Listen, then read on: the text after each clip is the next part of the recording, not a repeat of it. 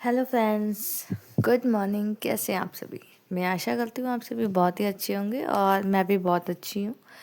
और अपना टारगेट बना के चलिए। सी टेट टारगेट CDP में PYQ कराऊंगी आज 2023। ये 23 के क्वेश्चंस हैं जो आपके 26 में बहुत काम आने वाले हैं, क्योंकि PYQ से अच्छा और कोई भी साधन नहीं है। आप PYQ समझते जाइए, उसके आधार पे ही 2026 के या हर साल के क्वेश्चन आंसर रिपीटेड होते हैं, बट थोड़े बहुत उनके शब्द बदल दिए जाते हैं, बाकी क्वेश्चन सेम होते हैं। तो आप लोग थोड़ा सा ध्यान से देखिएगा। पहला क्वेश्चन क्या कह रहा है? भाई बहन के रिश्तों या रिश्ते डैश।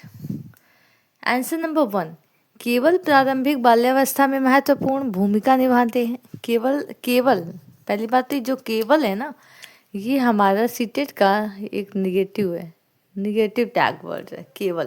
केवल प्रारंभिक बाल्यावस्था में महत्वपूर्ण भूमिका निभाते हैं तो नहीं।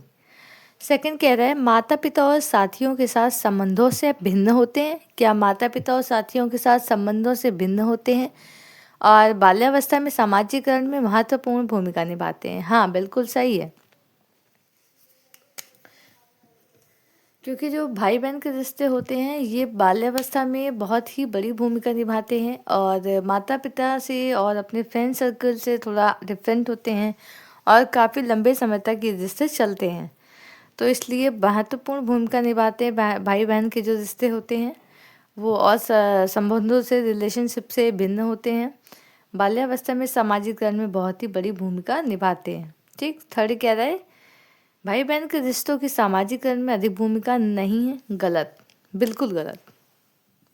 पहली बात तो यहाँ टैग वर्ड नहीं है, और नहीं है ऐसा तो हो ही नहीं सकता कि भाई बहन के रिश्तों की कोई भूमिका ही ना हो समाज में ना, तो ये गलत है। तो हमारा इस तरीके से सेकंड आंसर सही है।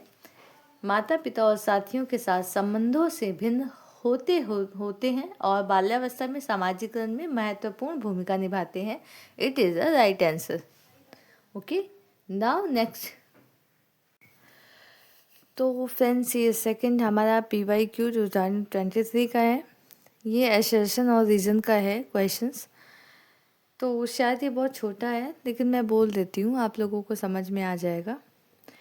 अभिकथन कह रहा है, एसर्शन कह रहा है बच्चों के बीच विकासात्मक दरों में काफ़ी भिन्नताएं होती हैं।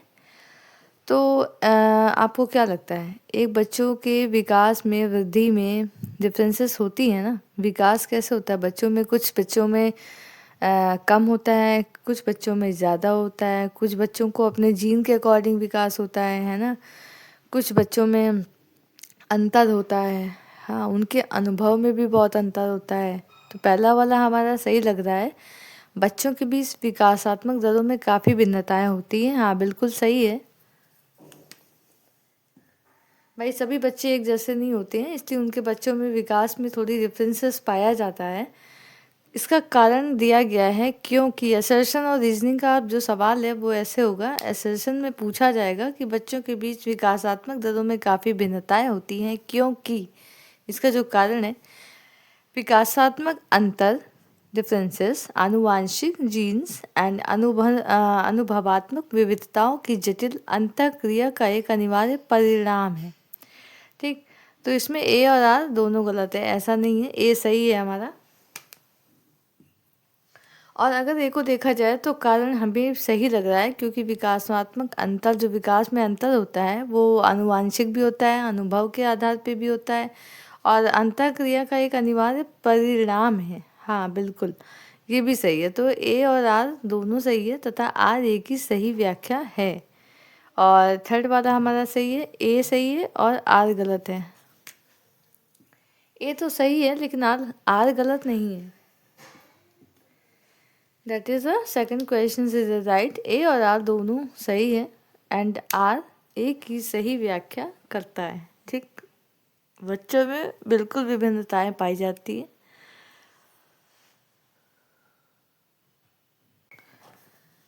तो हमारा नेक्स्ट क्वेश्चन क्या कह रहा है? पियाजे के अनुसार गुणात्मक रूप से 4 विभिन्न अवस्थाएं। ठीक है, जो हमारे जीन पियाजे हैं उनके अनुसार बोल रहा है गुणात्मक रूप से 4 विभिन्न अवस्थाएं हैं आंसर नंबर फर्स्ट कह रहा है बच्चों के जेनेटिक कोड पर निर्भर होती हैं। सेकंड कह रहा है बच्चों के विकास में सार्वभौमिक पैटर्नों का प्रतिनिधित्व करती हैं।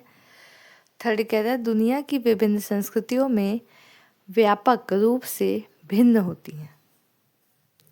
आपको बताना है जो पियाजे ने 4 अवस्थाएं बताई हुई हैं उसी के इंटरनली आपको ये क्वेश्चंस पूछा हुआ है कि जो पियाजे की 4 अवस्थाएं हैं उसमें से बताओ कि गुणात्मक रूप से जो 4 विभिन्नताएं हैं वो कैसी हैं।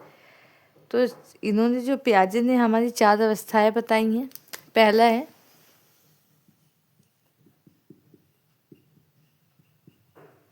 संवेगी पेशी या संवेगी गामक अवस्था, इन्होंने बताई है। फर्स्ट स्टेज है इन्होंने जो बताई है जो जन्म से लेकर 2 वर्ष तक है। दूसरा आपको पूर्व संक्रियात्मक अवस्था बताई है। पूर्व संक्रियात्मक अवस्था में जो इनकी एज है बच्चों की वो 2 से 7 ईयर्स है। थर्ड में आपको बताई है मूर्त संक्रियात्मक अवस्था जो 7 से 11 वर्ष है। थर्ड में मूर्त बताई है। और फोर्थ में आपको अमूर्त बताई है। पहले संवेगी पेशी अवस्था जो बहुत ही छोटे बच्चे हैं उनके समझने की जो कल्पना है थोड़ी कम होती है। पूर्व संक्रियात्मक में बच्चा हर चीज़ बहुत अच्छे से समझने लगता है देख करके, लेकिन ठीक है। लेकिन मूर्त में क्या होता है, मूर्त में भी जो एज है 7 से 11 वर्ष है, इसमें भी बच्चों को बहुत अच्छे से सारी चीज़ें समझ में आने लगती हैं। अमूर्त में होता है, अमूर्त में बच्चा बिना देखे भी उस चीज़ को समझ जाता है। तो ये 4 अवस्थाएं हमारी जो पियाजे हैं उनकी अवस्थाएं हैं 4। इनमें से आपको क्या सही लग रहा है कि गुणात्मक रूप से 4 विभिन्न अवस्थाएं क्या हैं? बच्चों की जेनेटिक कोड पर निर्भर करती हैं, सिर्फ जेनेटिक कोड पर निर्भर नहीं करती हैं। बच्चों के विकास में सार्वभौमिक पैटर्नों का प्रतिनिधित्व करती है। हाँ, जब बच्चों का विकास होता है तो पहले बच्चा संवेदी गामक अवस्था से गुजरता है, देन फिर पूर्व संक्रियात्मक अवस्था से गुजरता है, उसके बाद मूर्त अवस्था से होकर जाता है और फिर जब अमूर्त अवस्था से होकर जाता है। ये सारी चीज़ें जो पैटर्न है ना, एक पैटर्न का प्रतिनिधित्व तो कर ही रही हैं ना, तभी बच्चों का विकास हो पाता है। दैट मीन्स हमारा सेकंड क्वेश्चन सही है। थर्ड क्वेश्चन कह रहा है दुनिया की विभिन्न संस्कृतियों में व्यापक रूप से भिन्न होती है। विभिन्न संस्कृतियों में व्यापक रूप से भिन्न होती है, तो नहीं, ऐसा नहीं है।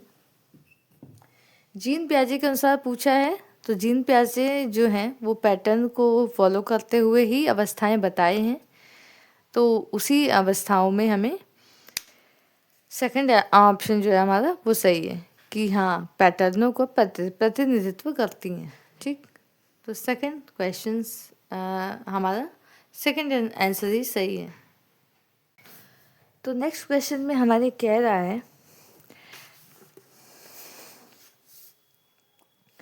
निम्नलिखित में से कौन सा प्रश्न बच्चों के समालोचनात्मक व रचनात्मक चिंतन को बढ़ावा देता है। ठीक, समालोचनात्मक और रचनात्मक चिंतन से मतलब है क्रिटिकल थिंकिंग से। तो बच्चा इसमें किसमें ज़्यादा से ज़्यादा सोच सकता है, उसमें क्रिटिकल थिंकिंग कैसे डेवलप होती है। तो ऐसा कौन सा क्वेश्चन है जिसमें बच्चों की क्रिटिकल थिंकिंग ज़्यादा से ज़्यादा सोचने की जो क्षमता है वो विकसित होगी, वो ऐसा कौन सा क्वेश्चन है। आंसर नंबर फर्स्ट कह रहा है आपके शहर में पानी कहाँ से आता है। ये फिक्स्ड क्वेश्चन है, क्योंकि हर अगर कोई जानता है तो उसे पता होगा कि पानी कहाँ से आता है ना। तालाब से आता है, कुएं से आता है ना, ट्यूबवेल से आता है। तो ये फिक्स्ड क्वेश्चंस है, तो ये हम बता सकते हैं बहुत ईजली। तो इसमें ज़्यादा कुछ क्रिटिकल थिंकिंग करने की कोई ज़रूरत नहीं होगी। नेक्स्ट हमारा बोल रहा है पानी के बचाव के लिए सबसे अच्छा तरीका कौन सा हो सकता है। ठीक है भाई, पानी के बचाव के लिए सबसे अच्छा तरीका कौन सा हो सकता है। इसमें बच्चा ज़्यादा से ज़्यादा सोचेगा कि कौन सा तरीका है जो सबसे अच्छा हो सकता है और क्यों हो सकता है। ठीक है, क्यों भी है इसमें, क्यों भी है, इसलिए इसे क्रिटिकल थिंकिंग के अंदर लाया जाएगा। यहाँ पे आ जाएगा क्यों। ठीक, पानी के बचाव के लिए सबसे अच्छा तरीका कौन सा हो सकता है? भाई बता सकता है बच्चा कि पानी के बचाव के लिए भैया पानी को रखना चाहिए, बरसात के पानी को हमें इकट्ठा करना चाहिए और ज़्यादा से ज़्यादा पानी को हमें बचाना चाहिए, उन्हें वेस्टेज नहीं करना चाहिए, है ना। तो ये सारी चीज़ें बच्चे बता सकते हैं, बच्चों में क्रिटिकल थिंकिंग होगी। लेकिन इसमें थर्ड वाला क्या था, आपके देश का क्या नाम है? भाई हमारे देश का क्या नाम है? अगर हमारा देश इंडिया होगा तो हम इंडिया बताएंगे, अमेरिका होगा तो अमेरिका बताएंगे। That is a one question, one word question. तो इसमें ज़्यादा क्रिटिकल थिंकिंग की आवश्यकता नहीं है। तो मेरे हिसाब से तो सेकंड ही बेस्ट है ऑप्शंस, क्योंकि हमें अगर बच्चे को क्रिटिकल थिंकिंग करवानी है, ज़्यादा से ज़्यादा उस पर विचार करवाना है, तो पानी के बचाव के लिए सबसे अच्छा तरीका कौन सा हो सकता है और क्यों, इस पे बच्चा ज़्यादा से ज़्यादा सोचेगा और उसे ये समझ में आएगा कि उसमें बच्चा ज़्यादा से ज़्यादा चिंतन कर रहा है। ठीक है, तो option number second is a right. Hello friends, good morning. कैसे हैं आप सभी? मैं आशा करती हूँ आप सभी बहुत ही अच्छे होंगे और मन लगा के पढ़ाई लिखाई कर रहे होंगे। जैसा कि आज संडे है तो क्लासेस बंद रहती हैं, लेकिन हम ऑनलाइन क्लासेस दे रहे हैं क्योंकि भाई 8 फेब का टारगेट है, तो हमें ऑनलाइन क्लासेस देना ही होगा। तो आइए फिर से हम एक नए सेशन के साथ स्टार्ट करते हैं। सीटेट CDP टारगेट 8 फेब का। तो फर्स्ट क्वेश्चन हमारा आ रहा है आपके सामने। ये हमारा PYQ है, जो हमारा 2023 का पेपर है, जो आपको आगे आने वाले 2026 के पेपर में बहुत ही हेल्प करने वाला है। तो आइए सभी लोग मेरे साथ जानते हैं इस क्वेश्चन में क्या कह रहा है। वाइगोत्स्की का सिद्धांत। तो फर्स्ट क्वेश्चन हमारा है, वाइगोत्स्की के अनुसार संज्ञानात्मक विकास को सुगम बनाने में शिक्षक की क्या भूमिका है?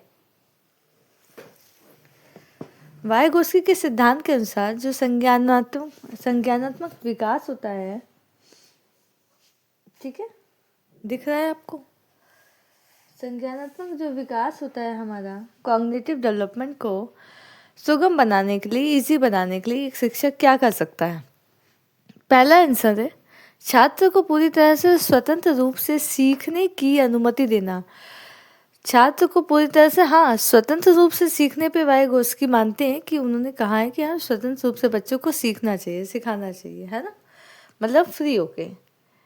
आलंबन के माध्यम से, सेकंड है, आलंबन के माध्यम से छात्र के सीखने का मार्गदर्शन और समर्थन करना, ये भी सही लग रहा है।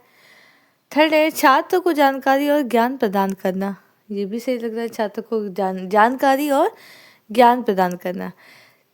आंसर हमारे लग तो तीनों सही रहे हैं, लेकिन इसमें से वाइगोत्स्की का जो सिद्धांत है उसके अनुसार आपको बताना है। तो वाइगोत्स्की ने क्या दिया है?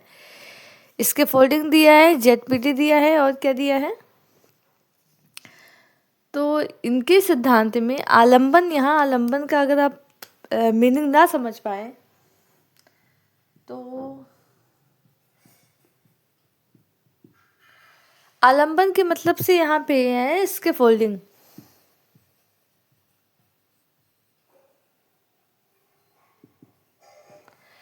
आलंबन से यहाँ मतलब है इसके फोल्डिंग के माध्यम से छात्र के सीखने का मार्गदर्शन और समर्थन करके। हाँ, बिल्कुल सही है, क्योंकि इसके फोल्डिंग हम बच्चे को दे सकते हैं, जहाँ पे उसको नहीं आ रही है, परेशानी आ रही है, वहाँ पे हम उनको परेशानी का उनका निदान करके उनकी हेल्प कर सकते हैं, उनको मार्गदर्शन देते हैं, उनको समर्थन देते हैं। तो ये हमारा थर्ड क्वेश्चन है, ठीक है। सॉरी, थर्ड क्वेश्चन नहीं है, इसमें का आंसर हमारा सेकंड है, ठीक। तो आइए नेक्स्ट क्वेश्चन